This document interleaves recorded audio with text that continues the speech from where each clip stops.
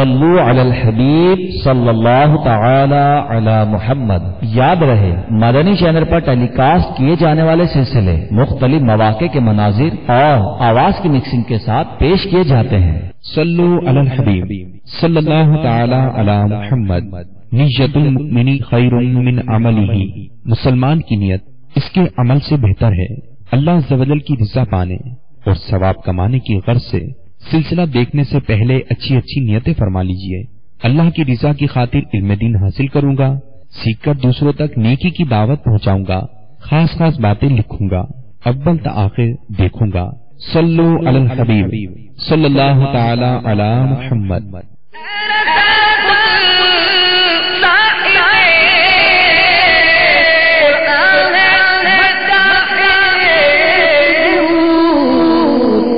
کب ممکن ہے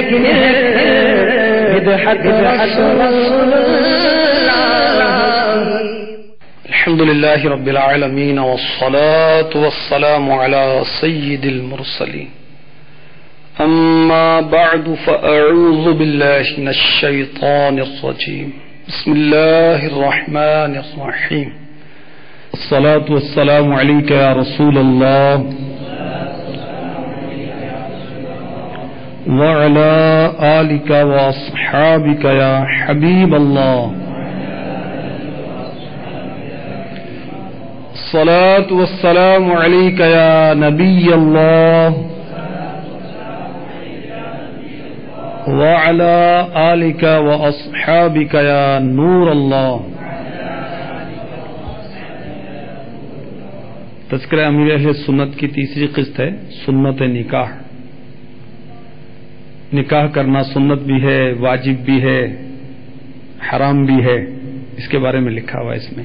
امیر اہل سنت کا جب نکاح ہوا تو آپ نے کیا اہتمام کیا، کس طرح موت کو یاد کیا، اور آپ نے جو مدنی پھول عنایت فرمائے وہ بھی اس کے اندر لکھے ہوئے۔ اس میں جو درود پاک کی فضیلت جامع الاحادیث للسیوطی حدیث نمبر 7377 کے حوالے سے وہ سنیے۔ سید المرسلین خاتم النبیین جناب رحمت للعالمین صلی اللہ تعالی علیہ وآلہ وسلم کا فرمان بشارت نشان، جو مجھ پر شب جمعہ اور جمعہ کے روز 100 بار درود شریف پڑھے، اللہ تعالی اس کی 100 حاجتیں پوری فرمائے گا۔ صلو علی الحبیب صلی اللہ تعالی علی محمد وعلى آلہ وصحبہ وبارک وسلم۔ فیضان حدائق بخشش سلسلے میں ایک بار پھر حاضری ہے، آپ کو خوش آمدید کہا جاتا ہے۔ اس سلسلے میں ہم امام اہل سنت، امام عشق و محبت، مجدد دین و ملت، پروانہ شمع رسالت، عاشق ماہ نبوت، باعث خیر و برکت، الحاج الحافظ مفتی احمد رضا خان علی رحمت الرحمان کے نعتیہ کلام حدائق بخشش سے مختلف کلام پڑھتے ہیں، سنتے ہیں، اس کی وضاحت اور شرح جو علماء نے فرمائی اس کی روشنی میں سے سمجھنے کی کوشش کرتے ہیں۔ اعلی حضرت کا کلام چونکہ ایک مفتی کا کلام ہے، ایک مجدد کا کلام ہے، ایک بہت بڑے عالم ولی اللہ کا کلام ہے، سمجھ میں نہ بھی آئے پھر بھی پڑھتے جائیں، سنتے جائیں، جھومتے جائیں، انشاءاللہ برکت ہی برکت ہے۔ مگر جب سمجھ کے پڑھیں گے تو بات ہی کچھ اور ہے۔ تو آج جو کلام پڑھنے سننے کی سعادت حاصل کریں گے، دعوت اسلامی کے مدنی ماحول میں اعلیٰ حضرت کا کلام بہت پڑھا جاتا ہے۔ اعلیٰ حضرت کے کلاموں میں بعض کلام کثرت سے مدنی ماحول میں پڑھے جاتے ہیں، اس میں سے یہ کلام بھی جو آج پڑھا سنا جائے گا اور سمجھنے کی ہم کوشش بھی کریں گے۔ اب یہ کلام جو ہے یہ در حقیقت استغاثہ ہے۔ ویسے تو ہمارے ہاں وہ نعت کو استغاثہ سب کو نعت ہی کہتے ہیں، تو یاد رکھیے کہ پیارے آقا علیہ الصلوۃ والسلام کی تعریف جو ہے اس کو نعت کہتے ہیں، اور پیارے آقا علیہ الصلوۃ والسلام کی بارگاہ میں جو فریاد کی جاتی ہے اس کو کہتے ہیں استغاثہ۔ اور انشاءاللہ جو یہ میں نے آپ کو وسائل بخشش سے کچھ عرض کیا، جو آج کلام پڑھنے سننے کے ہم سعادت حاصل کریں گے یہ استغاثہ ہے بارگاہ رسالت میں. اللہ کرے کہ جو ہم پڑھ رہے ہوں سن رہے ہوں تو جیسا اعلی حضرت نے شوق و ذوق کے ساتھ لکھا ہے وہی کیفیات ہم پر مرتب ہو جائیں. کاش. اے شافع امم شہ ذی جاہ لے خبر، للہ لے خبر میری، للہ لے خبر، یہ کلام ہے. انشاءاللہ ہم پڑھنے سننے کی سعادت حاصل کریں گے. صلو علی الحبیب صلی اللہ تعالی علی محمد. میٹھے میٹھے اسلام کو پہلے اچھے اچھے نیتیں کیے لیتے ہیں تاکہ ہمارے اجر و ثواب میں برکتیں ہوں، زیادہ ثواب ملے. یاد رکھیں کہ اچھے عمل میں، جائز عمل میں جس قدر اچھی اچھی نیتیں شامل کریں گے اجر و ثواب بڑھتا چلا جائے گا. فرمان مصطفیٰ صلی اللہ تعالی علیہ وسلم المعجم الکبیر میں لکھا ہے نیت المؤمن خیر من عملہ، بندہ مومن کی نیت اس کے عمل سے بہتر ہے. بخاری شریف کی پہلی حدیث کا جز ہے انما الاعمال بالنیات، اعمال کا دار و مدار نیتوں پر ہے. اچھی نیت بندہ مومن کو جنت میں پہنچا دیتی. تو نیت کیجئے حاضرین بھی اور مدنی چینل کے ناظرین بھی، انشاءاللہ عز و جل اللہ تعالی کی رضا اور ثواب پانے کے لیے اس سلسلے میں اول تا آخر شرکت کی سعادت حاصل کریں گے. اور نگاہیں جھکا کر بیٹھیں گے، دوزانوں بیٹھیں گے تاکہ نگاہیں نیچے رکھنے کی مشق ہو. میں بھی نیت کرتا ہوں، آپ بھی نیت کیجئے. اور دوزانوں بیٹھیں گے. الحمدللہ میں بیٹھا ہوا ہوں، جو بیٹھے ہوئے بہت اچھا ہے، جو نہیں بیٹھے وہ بھی دوزانوں بیٹھ جائیں. جس طرح نماز میں اتحیات کی حالت میں بیٹھتے ہیں، تعظیم مصطفیٰ کی نیت کر لیجئے. علم دین بھی سیکھیں گے تو اس کے ادب کی نیت بھی شامل کر لیجئے. موقع کی مناسبت سے عز و جل کہیں گے، صلی اللہ تعالی علیہ وآلہ وسلم کہیں گے، رضی اللہ تعالی عنہ کہیں گے، درود پاک پڑھیں گے، صلو علی الحبیب کہا گیا تو بلند آواز سے، نمایاں آواز سے جواب دیں گے تاکہ کہنے والا جو صلو علی الحبیب کہہ رہا اس کی دلجوئی ہو اور اطراف کی اشیاء ہماری درود پاک پڑھنے پر گواہ ہو جائیں. صلو علی الحبیب صلی اللہ تعالی علی محمد. اے شافع امم شہ ذی جاہ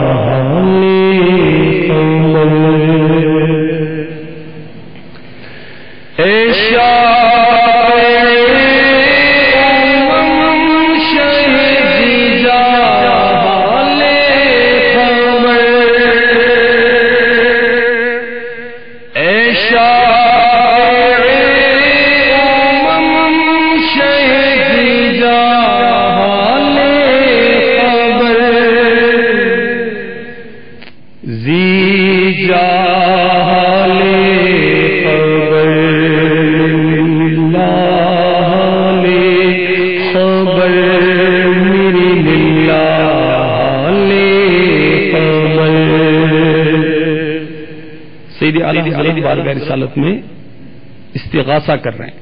اور پہلے عرض کیا کہ مصیبت کے وقت کسی کو مدد کے لیے ندا کرنا، آواز دینا، یہ استغاثہ کہلاتا ہے. اور بارگاہ رسالت میں استغاثہ کرنا، مدد کے لیے فریاد کرنا، یہ کوئی نیا طریقہ نہیں بلکہ یہ صحابہ کرام کا طریقہ ہے. بارگاہ رسالت سے مدد چاہنا، فریاد کرنا، یہ صحابہ کا طریقہ ہے. سیرت مصطفیٰ کتاب ہے، المدینہ العلمیہ کی جانب سے یہ ملی ہے اور مکتبۃ المدینہ نے شائع کیا ہے. اس میں صفحہ نمبر 887 پر لکھا ہے کہ حضرت امیر المؤمنین فاروق اعظم رضی اللہ تعالی عنہ کا دور خلافت تا قحط پڑ گیا. حضرت بلال بن حارث نے رسول پاک صلی اللہ علیہ وسلم کی قبر انور پر حاضری دی. عرض کی یا رسول اللہ صلی اللہ علیہ وسلم اپنی امت کے لیے بارش کی دعا فرمائیں، امت ہلاک ہو رہی ہے. رسول اللہ صلی اللہ علیہ وسلم نے خواب میں فرمایا تم حضرت عمر کے پاس رضی اللہ تعالی جاؤ، میرا سلام کہو اور بشارت دو کہ بارش ہوگی، اور یہ بھی کہہ دو وہ نرمی اختیار کریں. اس شخص نے بارگاہ خلافت میں حاضر ہو کر خبر دی. حضرت عمر رضی اللہ تعالی عنہ سن کر بہت روئے. کہا یا رب عز و جل، میں کوتاہی نہیں کرتا مگر اسی چیز میں کہ جس سے میں عاجز ہوں. تو آپ نے دیکھا کہ صحابی نے، کس نے؟ حضرت بلال بن حارث رضی اللہ تعالی عنہ نے بارگاہ رسالت میں استغاثہ کیا، اور میرے آقا علیہ الصلوۃ والسلام نے فریاد سنی اور بارش کی خوشخبری بھی سنائی. امیر المؤمنین فاروق اعظم رضی اللہ تعالی عنہ نے حضرت عبداللہ بن قرط رضی اللہ تعالی عنہ کے ہاتھ اپنا خط امیر لشکر حضرت ابو عبیدہ بن جراح رضی اللہ تعالی عنہ کے نام مقام یرموک میں بھیجا، سلامتی کی دعا مانگی. حضرت عبداللہ بن قرط رضی اللہ تعالی عنہ مسجد نبوی سے باہر آئے تو خیال آیا مجھ سے غلطی ہوئی کہ میں نے بارگاہ رسالت میں سلام عرض نہیں کیا. چنانچہ واپس آئے، قبر انور کے پاس حاضر ہوئے تو حضرت سیداتنا عائشہ صدیقہ، حضرت عباس و علی و حسن و حسین رضی اللہ عنہم اجمعین حاضر تھے. حضرت عبداللہ بن قرط رضی اللہ تعالی عنہ نے ان حضرات سے جنگ یرموک میں اسلام کی فتح کے لیے دعا کی درخواست کی. تو حضرت علی اور حضرت عباس رضی اللہ عنہما نے ہاتھ اٹھا کر یوں دعا مانگی، یا اللہ عز و جل اس نبی مصطفیٰ رسول مجتبی صلی اللہ علیہ وسلم کہ جن کے وسیلے سے حضرت آدم علیہ السلام کی دعا قبول ہو گئی، اللہ تعالیٰ نے ان کو معاف فرما دیا، انہی کے وسیلے سے دعا کرتے ہیں.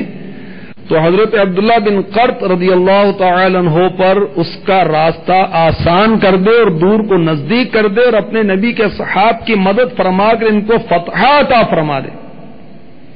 اس کے بعد حضرت علی رضی اللہ تعالی عنہ حضرت عبداللہ بن قرط رضی اللہ تعالی عنہ سے فرمایا اب آپ جائیے، اللہ تعالیٰ حضرت عمر و عباس و علی و حسن و حسین و ازواج نبی رضی اللہ عنہم کی دعا کو رد نہیں فرمائے گا جبکہ ان لوگوں نے اس کی بارگاہ میں اس کے نبی کا وسیلہ پکڑا جو کہ اکرم الخلق ہیں.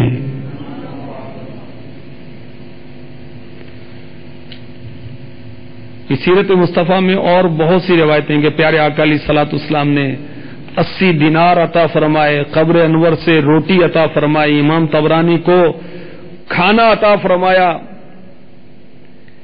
اور عبد المصطفیٰ اعظمی علیہ رحمۃ اللہ الکوی لکھتے ہیں کہ یہی وجہ ہے کہ لاکھوں علماء ربانیین، اولیاء کاملین ہر دور میں بزرگان دین رحمہم اللہ المبین نے نظم میں آقا علیہ الصلوۃ والسلام کی بارگاہ میں استغاثہ کیا اور نثر میں بھی بارگاہ رسالہ صلی اللہ تعالی علیہ وسلم میں استغاثہ کیا.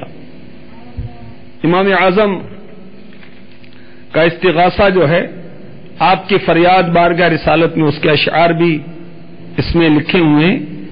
یا سید السادات جئتک قاصدا ارجو رضاک واحتمی بحماک انت الذی لولاک ما خلق امرؤ کلا ولا خلق الورى لولاک انا طامع بالجود منک ولم یکن لأبی حنیفۃ فی الانام سواک. اے سیدوں کے سید، اے سید السادات، میں آپ کے پاس قصد کر کے آیا ہوں، آپ کی خوشنودی کا امیدوار ہوں، آپ کی پناہ گاہ میں پناہ گزی ہوں. آپ کی وہ ذات ہے اگر آپ نہ ہوتے تو کوئی آدمی پیدا نہ کیا جاتا، نہ کوئی مخلوق عالم وجود میں آتی. میں آپ کے جود و کرم کا امیدوار ہوں، آپ کے سوا تمام مخلوق میں ابو حنیفہ کا کوئی سہارا نہیں. تو بارگاہ رسالت میں استغاثہ کرنا صحابہ کا طریقہ ہے، علماء کا طریقہ ہے، علماء ربانیین کا طریقہ ہے، اولیاء کا طریقہ ہے. تو اعلیٰ حضرت اسی طریقے پہ چل کر بارگاہ رسالت میں استغاثہ کر رہے ہیں. اے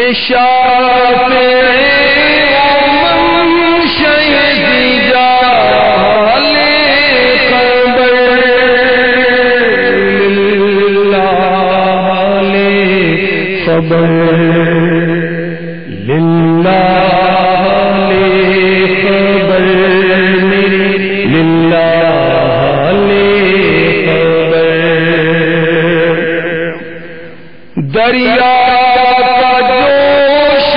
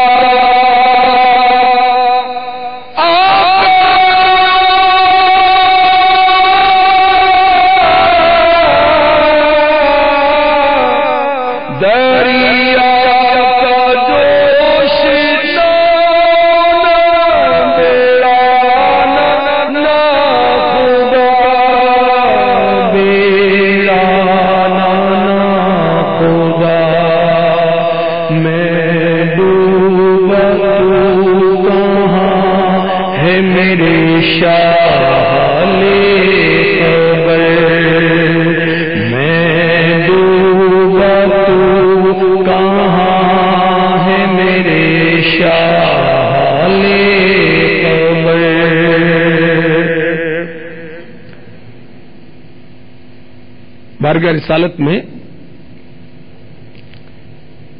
اعلی حضرت عرض کر رہے ہیں کہ آقا دریا طغیانی پر ہے اور نہ میرے پاس کشتی ہے نہ کوئی ملاح ہے اور میں آپ کا غلام ہو کر گناہوں کے سمندر میں ڈوبا جا رہا ہوں. اے میرے آقا آپ میری خبر گیری فرمائیے. اس کلام کے مطلع میں مطلع کہتے ہیں پہلے شعر کو. پیارے آقا علیہ الصلوۃ والسلام کے لیے اعلی حضرت نے کیا لکھا؟ اے شافع امم شہ زی جا، اے عزت والے شہنشاہ. اللہ تعالی کی بارگاہ میں انبیاء کرام علیہم الصلوۃ والسلام جاہ والے ہوتے ہیں، وجاہت والے ہوتے ہیں، اور سارے انبیاء کرام علیہم الصلوۃ والسلام اللہ کی بارگاہ میں وجاہت والے ہیں. حضرت نوح علیہ السلام کے بارے میں قرآن پاک کی آیتیں، حضرت لوط علیہ السلام کے بارے میں آیات ہیں جن میں ان کی وجاہت کا ذکر ہے. حضرت ابراہیم علیہ السلام کے بارے میں وَاتَّخَذَ اللَّهُ إِبْرَاهِيمَ خَلِيلًا. حضرت اسماعیل علیہ السلام وَاذْكُرْ فِي الْكِتَابِ إِسْمَاعِيلَ إِنَّهُ كَانَ صَادِقَ الْوَعْدِ. حضرت ادریس علیہ السلام، حضرت موسیٰ علیہ السلام، سلیمان علیہ السلام، حضرت ایوب علیہ السلام، حضرت ابراہیم، اسحاق، یعقوب علیہ السلام، حضرت اسماعیل، یسع، حضرت ذوالکفل، حضرت عیسیٰ علیہ السلام. جن انبیاء کا بھی قرآن پاک میں ذکر ہوا یہ سارے کے سارے وجاہت والے، اور جن کا ذکر نہیں ہوا یہ سارے کے سارے انبیاء اللہ تعالی کی بارگاہ میں وجاہت والے ہیں. اللہ کی بارگاہ میں ان کی شان ہے، ان کی عظمت ہے. اور ہمارے آقا علیہ الصلوۃ والسلام کی اللہ کے بارگاہ میں وجاہت آپ زی جاں ہیں. کتنی قرآن پاک کی آیات اس پر گواہ ہیں. وما ارسلناک الا رحمۃ للعالمین، اور ہم نے تمہیں نہ بھیجا مگر رحمت سارے جہان کے لیے. ما کان اللہ لیعذبہم وانت فیہم، اللہ کا کام نہیں نے عذاب کرے جب تک کہ محبوب تم ان میں تشریف فرماؤ. فَلَنُوَلِّيَنَّكَ قِبْلَةً تَرْضَاهَا، تو ضرور ہم تمہیں پھیر دیں گے اس قبلے کی طرف جس میں تمہاری خوشی ہے. فَسَبِّحْ وَأَطْرَافَ النَّهَارِ لَعَلَّكَ تَرْضَىٰ وَلَسَوْفَ يُعْطِيكَ رَبُّكَ فَتَرْضَىٰ. سورۃ الضحیٰ کی مشہور آیت. اور بے شک قریب ہے کہ تمہارا رب تمہیں اتنا دے گا کہ تم راضی ہو جاؤ گے. عسى ان يبعثك ربك مقاما محمودا، قریب ہے کہ تمہیں تمہارا رب ایسی جگہ کھڑا کرے جہاں سب تمہاری حمد کریں. الذي يراك حين تقوم وتقلبك في الساجدين، اور جو تمہیں دیکھتا ہے جب تم کھڑے ہوتے ہو اور نمازیوں میں تمہارے دورے کو. والذين يؤذون رسول الله لهم عذاب أليم، اور وہ جو رسول اللہ کو ایذا دیتے ہیں ان کے لیے دردناک عذاب ہے. میٹھے میٹھے اسلام بھائیو، مدنی چینل کے ناظرین، یہ ساری آیات اور بہت ساری احادیث اس پر گواہ ہیں کہ ہمارے آقا علیہ الصلوۃ والسلام اللہ تعالی کی بارگاہ میں وجاہت رکھتے ہیں. آپ ذی جاں ہیں، عزت والے ہیں.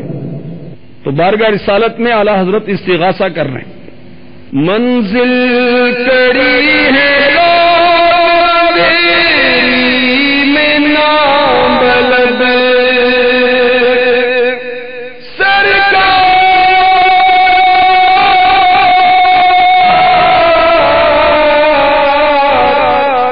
منزل کڑی ہے اندھیری میں نابلد رات اندھیری میں نابلد اے خضر لے خبر میری اے ماں لے خبر. منزل کڑی ہے یعنی منزل بہت سخت ہے. کون سی منزل؟ قبر کی منزل، اور بہت ہی سخت ہے. رات اندھیری ہے اور میں ناواقف ہوں. اے خضر، خضر کا مطلب راہبر و رہنما، ماں چاند. تو اے میرے آقا میں بڑی سخت منزل میں ہوں، کیونکہ قبر کا معاملہ بہت عظیم ہے. چنانچہ نوادر الاصول میں حکیم ترمذی علیہ رحمۃ اللہ کوی لکھتے ہیں، قبر میں جب میت سے سوال ہوتا ہے شیطان اپنی طرف اشارہ کر کے کہتا ہے میں تیرا رب ہوں. استغفر اللہ. اب کتنا یہ سخت معاملہ ہے، کتنی سخت منزل ہے، اور ایسی سخت منزل ہے کہ جو جتنا خدا کا خوف رکھتا ہے وہ اتنا ہی زیادہ اس میں دہشت زدہ ہو جاتا ہے، پریشان ہو جاتا ہے. اور جو پیارے آقا علیہ الصلوۃ والسلام کا چاہنے والا ہے، عاشق رسول ہے، سچا غلام ہے، اس کو قبر کے اندر قبر کے سوالات میں کامیابی کے بعد کیا کہا جائے گا؟ دلہن کی طرح سو جا. یہ مشکاہ شریف کی حدیث پاک ہے. آئیے اب اس کی شرح مفتی احمد یارخان نعیمی رحمۃ اللہ تعالی علیہ نے مرآت پہلی جلد صفحہ نمبر 134 پر جو شرح لکھی ہے وہ سن لیجیے. آپ فرماتے ہیں یہاں سونے سے مراد آرام کرنا ہے، یعنی یہ برزخی زندگی آرام سے گزار کر تجھ تک سوا خدا کی رحمت کے کوئی آفت یا بلا نہیں پہنچ سکے گی. جیسے عروس دلہن کے پاس دولہا کے سوا کوئی نہیں پہنچتا، یہ نیند غفلت والی مراد نہیں. مزید مفتی صاحب لکھتے ہیں اس آیت سے معلوم ہوا اللہ کے مقبول قبر میں جنتی روزی کھاتے ہیں، خوش و خرم رہتے ہیں، لوگوں کے دنیا کے لوگوں کی خبر رکھتے ہیں. اگر وہ سو گئے ہوتے تو پھل کیسے کھاتے، یہاں کی خبر کیسے رکھتے. نیز قبرستان میں پہنچ کر سلام کرنا سنت نہ ہوتا کیونکہ سوتوں کو سلام کرنا منع ہے. یہ حدیث بزرگوں کے عرس کا ماخذ ہے، چونکہ فرشتوں نے اس دن صاحب قبر کو عروس کہا، لہذا اس دن کا نام یوم عرس ہے. موت مومن کی شادی کا اور کافر کی گرفتاری کا دن ہے. تو جو سچے عاشق رسول ہیں وہ جب قبر میں پہنچتے ہیں تو یہ دن ان کے لیے سمجھنے کے عرس کا دن ہے. اور مفتی احمد یار خان نعیمی رحمۃ اللہ تعالی علیہ فرماتے نا روح کیوں نہ مضطرب موت کے انتظار میں سنتا ہوں مجھ کو دیکھنے آئیں گے وہ مزار میں. جو عاشق رسول ہیں، نبی پاک علیہ الصلوۃ والسلام کے سچے چاہنے والے ہیں، ان کے لیے تو یہ قبر کی پہلی منزل وہ آسان ہی آسان ہے. اور میٹھے میٹھے اسلام بھائیوں، قبر کی اس منزل کو آسان کرنے کے لیے ہمیں اپنے مرنے والے کی مدد کرنی چاہیے. کس طرح مدد کرنی چاہیے؟ نماز کے احکام میں امیر علیہ سنت نے مردے کی تدفین کے بعد اس کو تلقین کا جو طریقہ لکھا ہے، یہ مردے کی مدد ہے. یہ مدنی وصیت نامہ رسالہ ہے 7 نمبر صفحہ، اور کتاب کا صفحہ ہے 460، کہ جب بھی کوئی مسلمان مرتا ہے اس کی تدفین کے بعد اس کو تلقین کی جائے. اس کا پورا طریقہ لکھا ہے. اس کو تلقین کی جاتی ہے تو منکر نکیر جو قبر کے اندر قبر کا امتحان لینے کے لیے آتے ہیں ایک دوسرے کا ہاتھ پکڑ کر کہتے ہیں چلو ہم اس کے پاس کیا بیٹھیں جس سے لوگ اس کی حجت سکھا چکے، اور وہ دونوں قبر سے باہر تشریف لے جاتے ہیں. تو یہ تلقین کا طریقہ اس کے اندر لکھا ہوا ہے.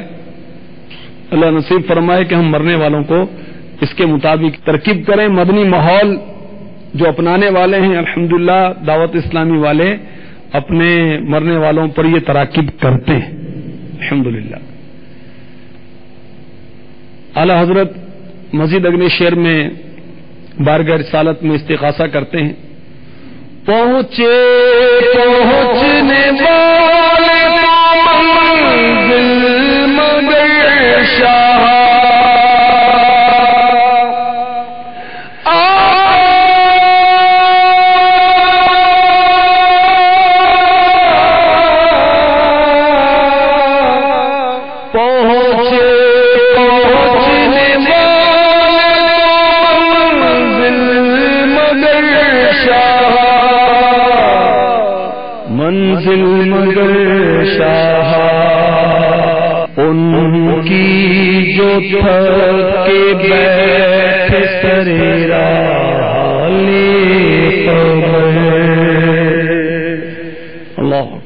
میٹھے میٹھے اسلام بھائیوں، مدنی چینل کے ناظرین، قیامت کے روز جب قبروں سے اٹھایا جائے گا تو اللہ کے نیک بندے اپنی منزلوں کو پہنچیں گے. اب وہ گناہ گار جو اپنے گناہوں کی کثرت کی بنا پر، ناتوانی کی بنا پر تھک ہار بیٹھے ہیں، گویا ان کی ترجمانی اعلی حضرت فرما رہے ہیں کہ آقا ان کی خبر لیجیے، انہیں اپنی رحمتوں سے نوازیے. قیامت کا معاملہ کتنا سخت ہے کہ اٹھایا جائے گا اور 50,000 سال کا دن ہوگا، سورج 1.25 میل پر رہ کر آگ برسا رہا ہوگا، زمین تانبے کی ہوگی. مرآت جلد 6 صفحہ 660 پر مفتی احمد یار خان نعیمی لکھتے ہیں تمام انسان قبروں سے بروز قیامت بشکل انسانی اٹھیں گے، پھر محشر میں پہنچ کر بعض کی صورتیں مسخ کر دی جائیں گی. استغفر اللہ استغفر اللہ. اور قیامت کے روز مجرمین کس طرح اٹھائے جائیں گے؟ مقتول جس کو ناحق قتل کیا گیا اس کی رگوں سے خون بہتا ہوگا اور وہ اپنے قاتل کے سر کے اگلے حصے کو ہاتھ میں پکڑے ہوئے اللہ کی بارگاہ میں حاضر ہوگا، یا اللہ اس نے مجھے قتل کیا. شرابی، اللہ اکبر، جو دائمی طور پر شراب پینے والا اسی حال میں مر گیا تو اللہ کی بارگاہ میں اس حال میں حاضر ہوگا جیسے بت پرست. اور ایک روایت میں کہ شرابی اس حال میں آئے گا کہ ہاتھ میں جام ہوگا، منہ سے لعاب خون کے مانند لعاب بہتا ہوگا اور اس کی یہ حالت ظاہر کرے گی کہ یہ شرابی ہے. اور قرآن نے بتایا کہ سود خور قیامت کے روز اس حال میں آئے گا جیسے آسیب زدہ، جیسے کسی کو سایہ ہو جاتا ہے نا تو مخبوط الحواس ہو جاتا ہے. سود خور قیامت کے روز اس حال میں آئے گا. جو جھوٹا خواب بیان کرتا ہے اس کو 2 جو کے دانوں کے درمیان گانٹھ لگانے کی تکلیف دی جائے گی.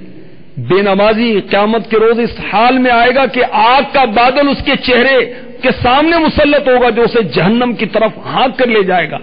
بے نمازی کا جب حساب ہوگا اللہ تعالیٰ اس پر غضبناک نظر ڈالے گا جس سے اس کا چہرے کا گوشت جھڑ جائے گا. بے نمازی کا حساب سختی کے ساتھ لیا جائے گا. اللہ اکبر. وہ نادان جو اجنبیہ عورت سے ہاتھ ملانے کے گناہ میں گرفتار ہوئے، قیامت کے روز وہ اس حال میں آئیں گے کہ ان کا ہاتھ آگ کی زنجیروں سے ان کی گردن کے ساتھ بندھا ہوگا. جو کم تولنے والے ہیں، ڈنڈی مارنے والے، قیامت کے روز اس حال میں آئیں گے کہ چہرہ سیاہ، زبان باہر نکلی ہوئی، آنکھیں پھری ہوئی اور گردن میں آگ کی ترازو لٹکی ہوگی. استغفر اللہ استغفر اللہ. اور وہ نادان جو میت پر رونے پیٹنے کا گناہ کرنے والی عورتیں یا مرد، وہ قیامت کے روز اس حال میں اٹھیں گے کہ بال بکھرے ہوں گے، گرد آلود ہوں گے، ان عورتوں کے سروں پر خارش کا دوپٹہ ہوگا اور اللہ تعالی کی لعنت کے جوتے ہوں گے اور قطیران یعنی ڈامر کا لباس ہوگا. استغفر اللہ. اور وہ جو گندی باتیں کرنے والے ہیں، فوش کلامی کرنے والے ہیں، گھر کی باتیں معاذ اللہ غیر مردوں میں کرنے والے ہیں، گالیاں دینے والے ہیں، بے حیائی کی باتیں کرنے والے ہیں، ان کے بارے میں امیر اہل سنت نے باحیا نوجوان رسالے میں لکھا کہ قیامت کے دن یہ کتے کی شکل میں اٹھائے جائیں گے. استغفر اللہ استغفر اللہ. تو قیامت کا معاملہ کس قدر ہولناک ہے.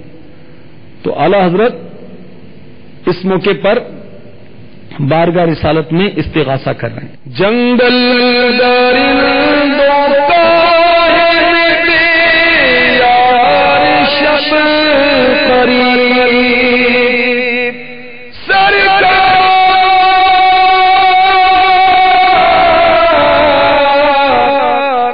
جنگل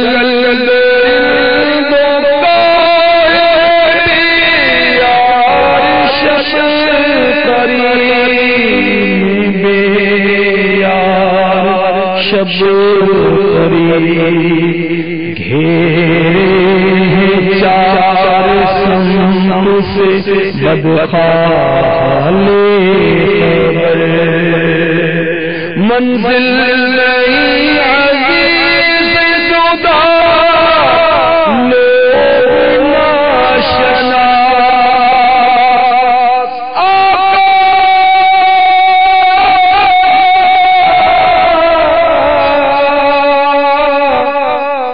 منزل نہیں عزیز جدا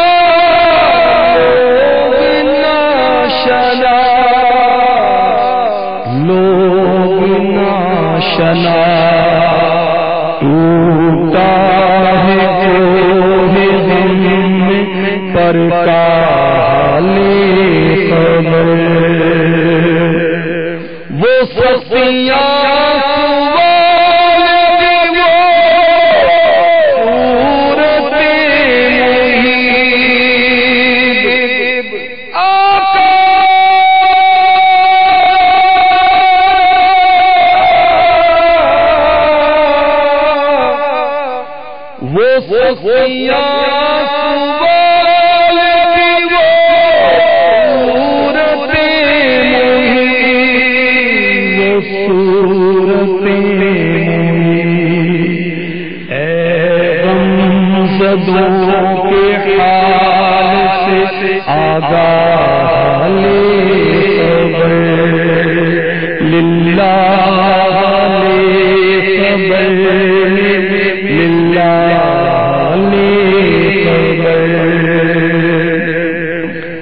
اسلام بھائیو مدنی چینل کے ناظرین، سید اعلی حضرت بارگاہ رسالت میں استغاثہ کر رہے ہیں کہ آقا میری کیفیت ایسی ہے جیسے کسی جنگل میں ایسا شخص ہو جو تنہا ہو اور رات قریب آ رہی ہو اور اس میں پھاڑ کھانے والے درندے ہوں اور ہر طرف سے دشمن اس کو گھیرے ہوئے ہوں، تو اس کی کیفیت کیا ہوگی؟ وہی میرا حال ہے. اور اے میرے آقا، نئی منزل، اب میرے عزیز جو ہیں، میرے چاہنے والے جدا ہو گئے. اب جو لوگ ہیں یہ ناشناس ہیں، ناواقف ہیں، انجان ہیں، اور مجھ پر کوہ غم یعنی غموں کا پہاڑ ٹوٹا ہوا ہے اور میں تو بہت معمولی ہوں، میرا کیا بنے گا؟ تو اے میرے آقا، اس حال میں میری خبر لیجئے.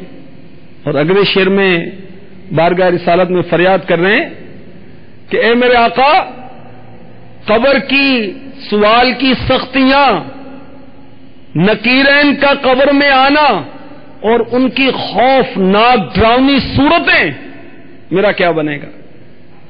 اے میرے آقا، آپ غم زدوں کے حال سے خبردار ہیں، میری خبر لے لیجئے. میٹھے میٹھے اسلام بھائیوں مدنی چینل کے ناظرین، قبر میں نکیرین کا آنا، منکر اور نکیر جو دو ممتحن فرشتے ہیں جو قبر میں آ کر سوال کریں گے، اس کے بارے میں میرے شیخ طریقت نے غیبت کی تباہ کاریاں، جو کہ فیضان سنت کا ایک باب ہے، اس میں منظر کشی فرمائی ہے. صفحہ نمبر 67 اور 68. امیر علیہ سنت نے فتاوی رضویہ شریف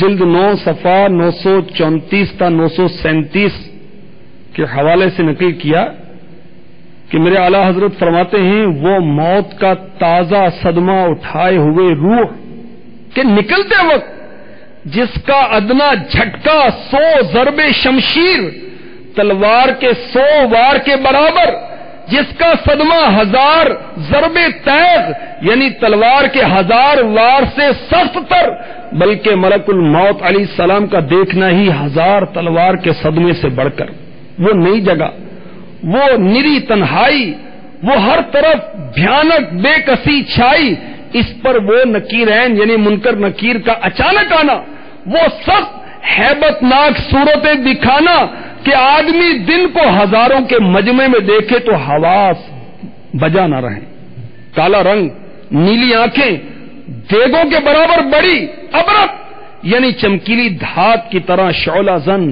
سانس جیسے آگ کی لپٹ، بیل کے سینگوں کی طرح لمبے نوک دار اگلے دانت، ان کے دانت بیل کے سینگوں جیسے ہوں گے، زمین پر گھسیٹتے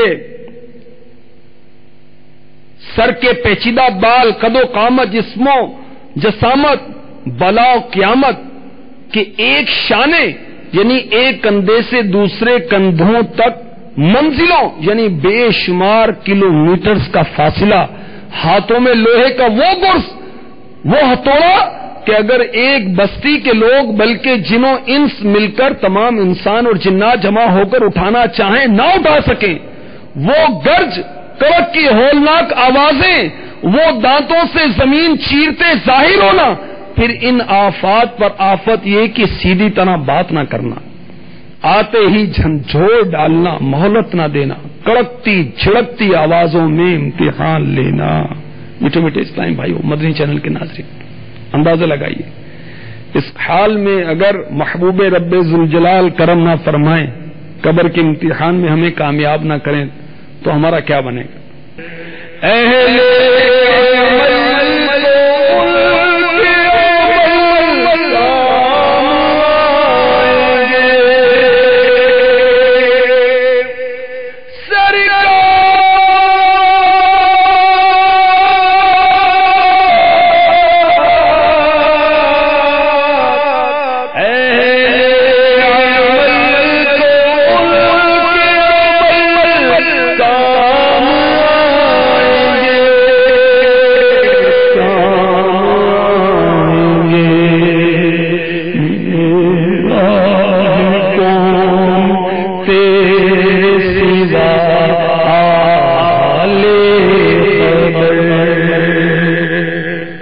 اسلام بھائیو، مدنی چینل کے ناظرین، سید اعلی حضرت رضی اللہ تعالی عنہ اس موقع کی منظر کشی کر رہے ہیں جب بروز قیامت اللہ تبارک و تعالی کی بارگاہ میں پیشی ہوگی، تو اعلی حضرت بارگاہ رسالت میں استغاثہ کر رہے ہیں، آقا مجرم کو لے کے جا رہے ہیں بارگاہ عدالت میں، میری شفاعت کرنے والے آقا میں آپ کی راہ تک رہا ہوں، آپ کب تشریف لائیں گے؟ آپ تشریف لائیے اور مجھے چھڑائیے، میری شفاعت فرمائیے۔ جو نیکوکار ہیں ان کے نیک عمل ان کو کام آئیں گے، اعمال صالحہ پر ان کو بھروسہ ہے، آقا میرا تو آپ کے سوا کوئی نہیں ہے۔ اور میٹھے میٹھے اسلام بھائیوں، مدنی چینل کے ناظرین، مفتی احمد یار خان نعیمی علیہ رحمۃ اللہ الکوی نے مرآت جلد 8 صفحہ 387 پر لکھا ہے کہ سب سے بڑا خوش نصیب وہ ہوگا جسے قیامت میں پیارے آقا علیہ الصلوۃ والسلام کا قرب نصیب ہو جائے۔ اعلی حضرت کہ اس کلام میں مزید سنیے کہ مرآت میں مفتی صاحب فرماتے ہیں کہ جلد 7 صفحہ 459 کہ حضور پیارے آقا علیہ الصلوۃ والسلام میزان پر اپنی امت کے عمل کا وزن اہتمام سے کروائیں گے۔ کس طرح؟ اعلیٰ حضرت یوں ہی فریاد نہیں کر رہے، انہیں پتا ہے کہ آقا مدد فرمائیں گے. نزا میں، قبر میں، حشر میں، ہر جگہ پیارے آقا علیہ الصلوۃ والسلام اپنے امتیوں پر کرم فرمائیں گے اور فرماتے ہیں. اگر کسی کی نیکیاں ہلکی ہوں گی دوزخ میں اس کو لے جایا جانے لگے گا. پیارے آقا علیہ الصلوۃ والسلام اپنا کوئی عمل یا اپنا قدم رکھ کر نیکیوں کے پلڑے میں شفاعت فرما کر اپنے امتی کی نیکیاں وزنی کروائیں گے، دوزخ سے بچائیں گے. میں تو کیا میرا سایہ نہ جائے گا کیونکہ مصطفیٰ سے دیکھا نہ جائے گا. پیارے آقا صلی اللہ تعالی علیہ وآلہ وسلم اپنے کرم سے اپنے امتیوں کی شفاعت فرمائیں گے. قبلہ مفتی احمد یار خان نعیمی رحمۃ اللہ تعالی علیہ نے اس کو لکھا ہے مرآت کی 7ویں جلد میں. پیارے آقا علیہ الصلوۃ والسلام کی حدیث پاک کی شرح کرتے ہوئے لکھتے ہیں کہ ہر نبی ہر رسول کو ایک ایک خصوصی دعا عطا فرمائی تھی جس کی قبولیت کا پورا وعدہ فرمایا تھا. سارے نبیوں نے اپنی دعائیں دنیا ہی میں مانگ لی. حضور انور صلی اللہ علیہ وسلم نے اپنی وہ دعا خاص محفوظ رکھی ہے. اس دعا سے امت کی شفاعت فرمائیں گے. یہ وہی دعا ہے جس سے آپ شفاعت فرما رہے ہیں کہ جب پیارے آقا علیہ الصلوۃ والسلام شفاعت فرمائیں گے تو اللہ تبارک و تعالیٰ کے حضور سجدہ کریں گے تو اللہ تبارک و تعالیٰ اپنے محبوب کو فرمائے گا ارفع رأسک وقل تسمع وسل تعطى واشفع تشفع. اے محبوب سر اٹھائیے تمہاری سنی جائے گی، مانگیے شفاعت کیجیے قبول کی جائے گی. تو میرے آقا علیہ الصلوۃ والسلام فرماتے ہیں فَأَقُولُ يَا رَبِّي أُمَّتِي أُمَّتِي، میں عرض کروں گا یا رب میری امت میری امت. مقطع یعنی آخری شعر میں اعلیٰ حضرت بارگاہ رسالت میں بڑی عاجزی انکساری کے ساتھ عرض کرتے ہیں مانا کے ساتھ مجرموں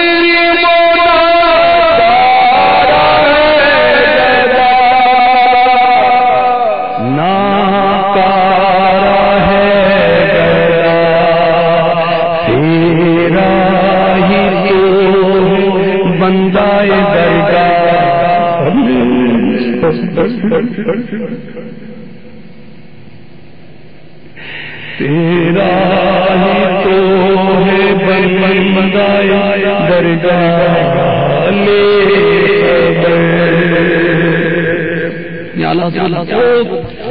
عاجزی اور انکساری کا مظاہرہ فرما رہے ہیں. آقا میں مانتا ہوں نکما ہوں گناہ گار ہوں مگر آپ کے دربار کا غلام ہوں نیاز مند ہوں.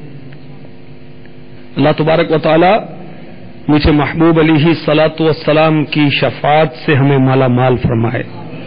محبوب علیہ الصلوۃ والسلام نے ہم گناہ گاروں کی حوصلہ افزائی فرمائی کہ میری شفاعت میری امت کے گناہ گاروں کے لیے جنہیں ان کے گناہوں نے ہلاک کر دیا. اور مجھے اسلام بھائیوں شفاعت کی اقسام وغیرہ بھی امیر اہل سنت نے نیکی کی دعوت کتاب میں ڈالی ہیں. وہ وقت کی کمی کی وجہ سے میں بیان نہیں کر سکا اور بہت کچھ بیان کرنے کا تھا. حوض کوثر کے تعلق سے میرے آقا علیہ الصلوۃ والسلام کو جو حوض عطا ہوا وہ اعلیٰ حضرت کی شعر کے ضمن میں وہ بھی مجھے عرض کرنا تھا. بہرحال اللہ تبارک و تعالیٰ قبول فرمائے اور ہمیں پیارے آقا علیہ الصلوۃ والسلام کے عشق میں محبت میں زندہ رکھے اور اسی پر موت عطا فرمائے. دعوت اسلامی کا مدنی ماحول بہت عشق بھرا ہے الحمدللہ عز و جل.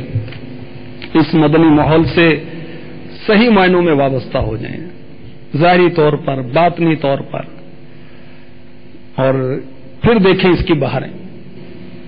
یہ غیبت کی تباہ کاریاں بہت ہی پیاری کتاب ہے، اور بدقسمتی کے ساتھ ہر گھر، ہر دفتر، دوست یار میں غیبت، چغلی، غیبت تیری میری، اس کی اس کی.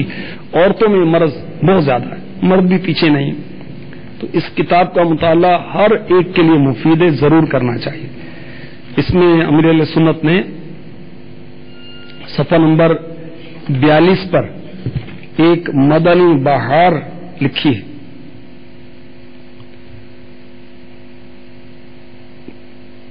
کہ اسلامی بہنوں نے علاقہ دورہ کیا. میں خلاصہ عرض کر رہا ہوں، وقت کی کمی کی بنا پر اس کو اور شارٹ کر رہا ہوں.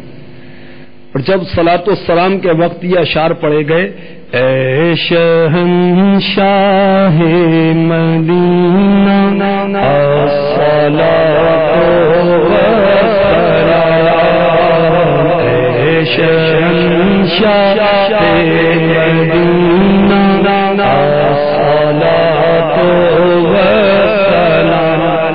علاقہ دورہ کے بعد بیان ہوا، اور بیان میں جب صلاۃ والسلام بیان کے بعد یہ درود السلام پڑھا گیا تو الحمدللہ عز و جل اسلامی بہن کہتی ہیں میں نے جاگتی آنکھوں سے آقا کا دیدار کیا. پیارے آقا علیہ الصلوۃ والسلام نے پھولوں کا ہار پہنا ہوا تھا.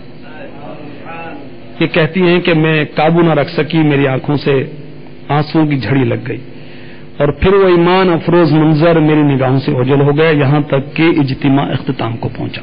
تو میٹھے میٹھے اسلامی میں دعوت اسلامی کے اجتماعات کی عظمت کا بھی اندازہ لگائیے کہ ایسے اجتماعات ہیں جس میں پیارے آقا علیہ الصلوۃ والسلام کی تشریف آوری ہوتی، کرم نوازی ہوتی. تو جو حاضرین یہ بھی اور مدنی چینل کے ناظرین بھی 12ویں شریف کی نسبت سے دعوت اسلامی کے 12 ہفتہ وار اجتماع میں شرکت کی نیت کر لیں. اسلامی بہنوں کو بھی شرکت کرنی چاہیے دیکھیے، اور علاقہ دورہ بھی کرنا چاہیے، اور علاقہ دورہ کے بعد بیان میں بھی شرکت کرنی چاہیے. اول تا آخر اجتماع کی سعادت حاصل کرنی چاہیے.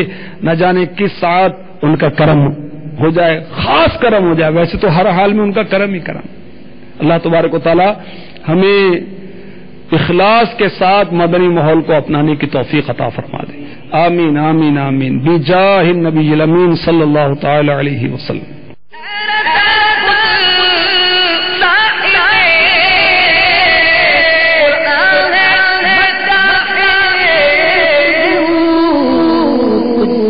ممکن ہے